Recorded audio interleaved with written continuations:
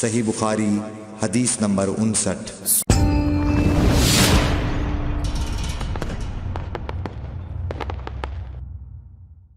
يا نبي سلام عليك، يا رسول سلام عليك، يا حبيب سلام عليك، صلوات الله۔ ایک بار آن حضرت صلی اللہ علیہ وسلم لوگوں میں بیٹھے ہوئے ان سے باتیں کر رہے تھے۔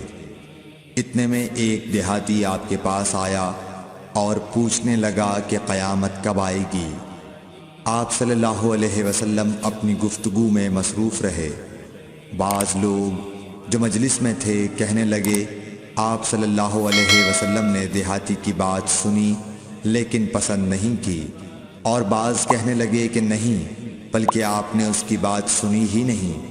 جب آپ اپنی باتیں پوری کر چکے تو میں سمجھتا ہوں کہ آپ صلی اللہ علیہ وسلم نے یوں فرمایا، وہ قیامت کے بارے میں پوچھنے والا کہاں گیا؟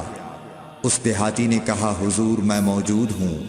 آپ نے فرمایا کہ جب امانت ایمانداری دنیا سے اٹھ جائے تو قیامت قائم ہونے کا انتظار کر۔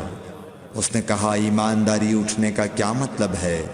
آپ صلی اللہ علیہ وسلم نے فرمایا کہ جب حکومت کے کاروبار نالائق لوگوں کو سونپ دیے جائیں تو قیامت کا انتظار کر۔ صحیح بخاری حدیث نمبر 59۔